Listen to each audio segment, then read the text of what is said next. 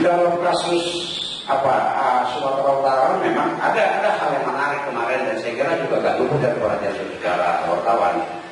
KPUD Nia Selatan, ya kan? KPUD Nia Selatan itu dalam menjalankan verifikasi faktual kepada Partai Sri itu dengan menggunakan SE nomor 588. SE KPU nomor 588 sebetulnya itu tadi jadi yang dimaksudkan itu untuk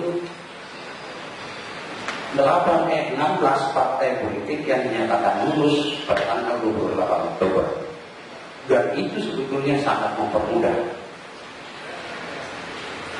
karena ada beberapa kemudahan di situ. Dan sebetulnya poinnya buat kita sebetulnya bahwa ada kebingungan di tingkat KPUD di mana ada dia sebetulnya juga jauh dari Jakarta Sumatera Utara, jadi ada kebingungan. Padahal sebetulnya pada saat itu surat edaran yang berlaku sebagai dasar hukum verifikasi faktual untuk 18 partai yang lolos bersama usul DKPP adalah surat edaran 681. Tetapi itu tidak digunakan oleh beberapa KPUD.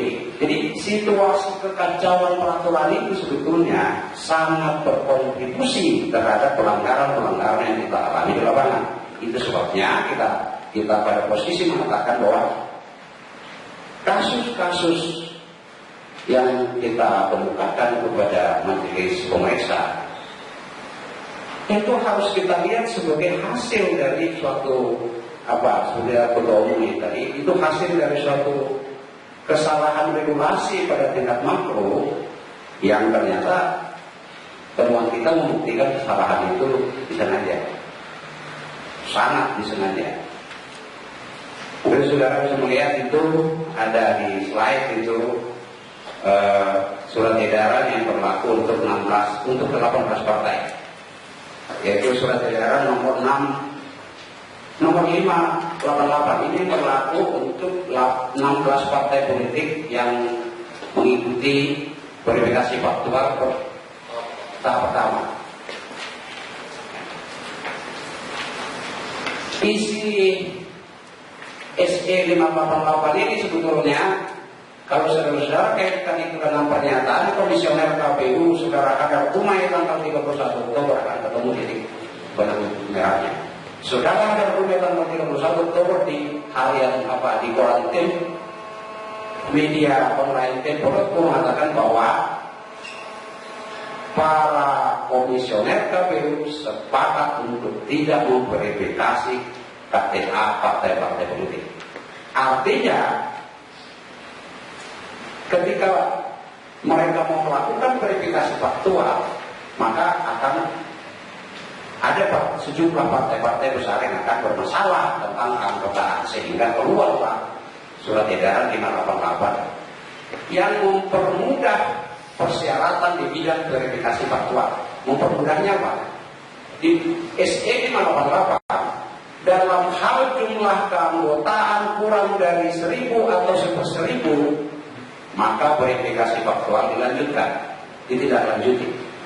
Nah sekarang bunyi pasal 8 ayat 2 huruf F Undang-Undang Nomor 8 tahun 2012, keanggotaan sekurang-kurangnya 1.000 atau 1.000 dari jumlah penduduk kabupaten kota yang bersangkutan itu bersifat imperatif. Artinya SE 588 ini bertentangan secara nyata-nyata dengan undang-undang. Logika hukumnya, barangkali logika politika,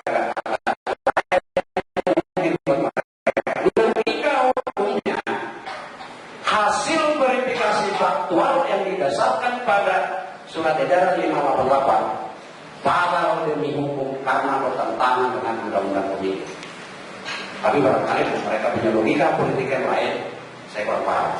Kemudian ketika di luar dugaan mereka ternyata DKPP mengeluarkan keputusan yang memerintahkan verifikasi faktual terhadap 18 partai. Untuk menghadapi ternyata mereka mengeluarkan lagi surat edaran 681.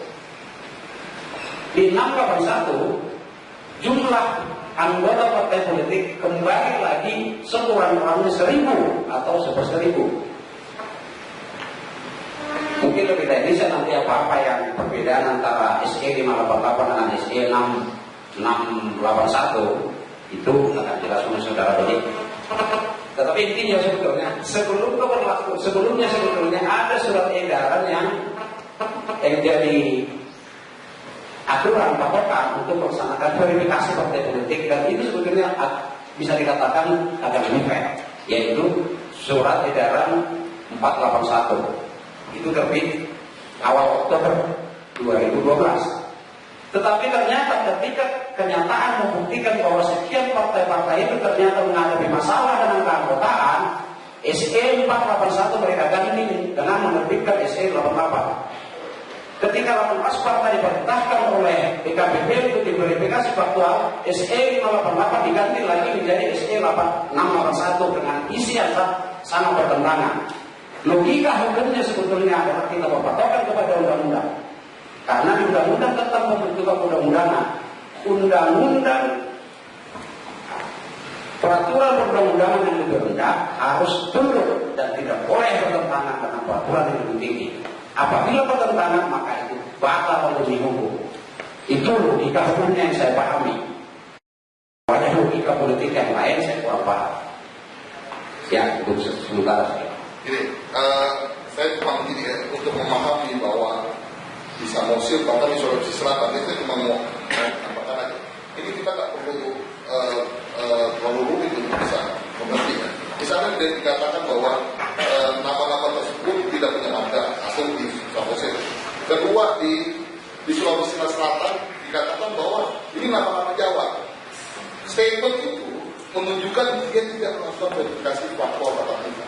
Karena kalau dia melakukan itu, nama itu tidak ada di alamat, dia akan mengatakan begitu. Karena kalau dia mengatakan itu, artinya dia hanya membaca hard copy KTA. Dia lihat tanpa diverifikasi, dia simpulkan. Justru statement itu membenarkan apa yang kita duga, bahwa verifikasi faktual tatap muka tidak dilakukan. Karena kalau dilakukan, dia tidak akan mengatakan itu. Yang dia katakan adalah saya tidak menemukan alamat nama itu. Kalau dia bilang ini nama-nama Jawa, oleh karena itu saya nggak verifikasi. Justru itu menunjukkan dia dugaan kita betul bahwa ini tidak dilakukan verifikasi faktual tatap muka. Statement itu hanya membuktikan bahwa kita benar. Kenapa dia mempersoalkan marga kalau dia datang? Ada apa enggak nama itu di alamat itu? Kalau dia mempersoalkan marga, dia cuma membaca artinya. Tidak dilakukan verifikasi faktual tatap muka. Sederhana logiknya itu sebenarnya. Nggak perlu rumit cara memahami itu. Gitu, teman saya. Saya menambahkan sedikit. Ada dua poin. Yang pertama soal ini. Jadi sebenarnya dari awal kita sudah punya kekhawatiran soal kinerja KPU untuk melakukan verifikasi faktual pasca keputusan DKPP. Kekhawatiran kita pertama adalah soal adanya fakta bahwa pertama duitnya nggak ada. Kan udah jelas ada kalau di verifikasi faktual yang berada 16 partai duitnya banyak, masih banyak. Tapi kan KPU sendiri mengakui bahwa verifikasi faktual untuk 18 partai duitnya 0. Dana yang mereka ajukan sebanyak 60 miliar ditolak oleh DPR. Artinya praktis nggak ada dana untuk verifikasi faktual. Kedua, waktunya setengahnya. Misalnya untuk verifikasi faktual untuk 19 partai itu ada 78 hari, sementara untuk kita pakai cuma 38 hari sama. Jadi masih setengahnya. Nah, fakta itu sudah kita perkirakan akan ada problem, terutama soal bagaimana memastikan bahwa KPUD akan turun lapangan untuk melakukan verifikasi faktual dalam anggota kita. Yang ada dulu, waktunya terbatas, sehingga kemudian waktu itu kita cari apa yang membuktikan KPUD untuk membuktikan bahwa dia melakukan verifikasi faktual. Itu hanya ada di Undang-Undang 2 ayat 8. Itu yang selalu kita minta dari awal. Buktikan bahwa Anda telah melakukan verifikasi faktual untuk kemudian bilang bahwa kita nggak lolos, bahwa anggota Anda tidak ada. Tapi nggak pernah ada KPUD yang bisa menyerahkan itu kita sampai detik ini. Artinya apa? Seluruh Indonesia memang nggak pernah ada yang bikin Undang-Undang 2 ayat 8. Bisa kita juga, seluruh Indonesia memang tidak melakukan verifikasi faktual betul-betul tetap muka.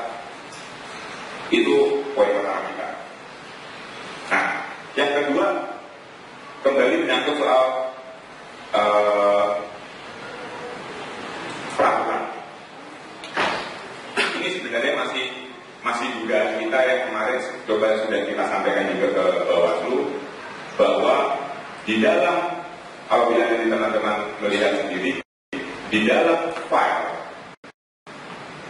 peraturan KPU nomor 14 itu ada kejanggalan soal bahwa itu di rekayasa di tanggalnya. Jadi kita sudah cek bahwa misalnya gini, sebuah draft peraturan KPU itu kan dibuat, kemudian mereka convert ke PDF untuk kemudian mereka post di website, kira-kira begitu logikanya kan. Nah, kita menemukan bahwa ketika dia diposting ke website dengan file PDF, ketika kita lihat properties dari file PDF tersebut, ternyata masih ada nama asli dari file Word-nya, yang mana nama aslinya adalah PKPU nomor 14 tahun 2012 versi 2 tanggal 28 Oktober. Padahal dia ditetapkan tanggal 25 Oktober. Apa yang ada di situ? Itu untuk sementara kita bisa menduga dengan sangat kuat bahwa peraturan KPU itu di PDT. Nah, saya nggak tahu bahasa Indonesia dari PDT apa. Dimundurkan. Demi apa sebenarnya? Ada dua hal yang kemudian menjadi justifikasi KPU untuk memaksa diri mengeluarkan secara terburu-buru dan akan ceroboh terhadap PKPU 14 untuk menjustifikasi bahwa pengumuman waktu itu diundur 28 Oktober. Yang kedua, untuk menjustifikasi tidak digunakannya KTA sebagai bahan verifikasi administratif. Dan sampai sekarang itu tetap disembunyikan. Soal KTA pada saat verifikasi administratif itu tidak digunakan sebagai bahan, itu kembali muncul lagi di putusan KPU nomor 5 soal putusan partai politik. Nah, keseluruhan ini apabila kita lihat kan memang seperti yang disampaikan menunjukkan sistematis nih upaya untuk kemudian merekayasa hasil verifikasi calon itu. Kepentingan apa yang ada di dalamnya kita nggak tahu, tapi yang pasti faktanya hanya ada 9 partai yang semuanya adalah partai Senayan plus 1 partai baru. Kita bisa bandingkan apa yang terjadi, perbandingan antara apa yang terjadi di verifikasi faktual terhadap 11 partai, apa yang terjadi di verifikasi faktual terhadap 18 partai. Pasti yang terakhir dan yang lolos, kalau lolos kabupaten jumlahnya sedikit, sementara kalau yang verifikasi faktual 19 partai itu hampir 99% kabupaten pada lolos semua. Kira-kira begitu. Oke, saya kira panjang lebar kita jelasin. Kalau ada pertanyaan lain, silakan.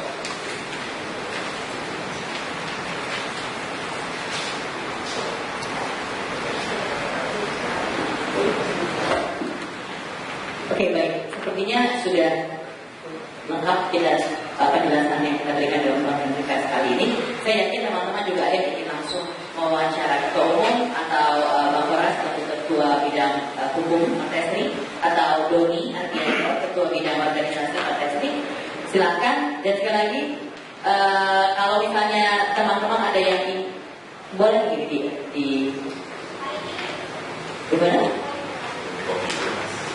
Di COVID. Kalau misalnya ada teman-teman yang ingin mendapatkan salinan ini, kita bisa berikan. Terima kasih banyak atas kehadirannya. Selamat siang dan sampai kita ketemu lagi nanti di press conference berikutnya. Sekali lagi informasi, besok akan ada sidang keputusan Bawaslu tentang Partai Sri. Tapi sampai sekarang kita belum dikasih tahu jam berapa. Jadi orang dari Bawaslu mengatakan nanti sore kami baru akan dikasih tahu. Tapi nanti setelah kami tahu jawabnya berapa akan saya beritahukan melalui SMS. Tadi kan di depan sudah ditulis nomor telepon dan nomor email dan alamat email dari teman-teman semua. Nanti akan saya kirimkan besok di Bawaslu jam berapa. Itu saja. Terima kasih banyak dan selamat siang. Selamat siang. Terima kasih ya. Sini lagi pengumuman lolos.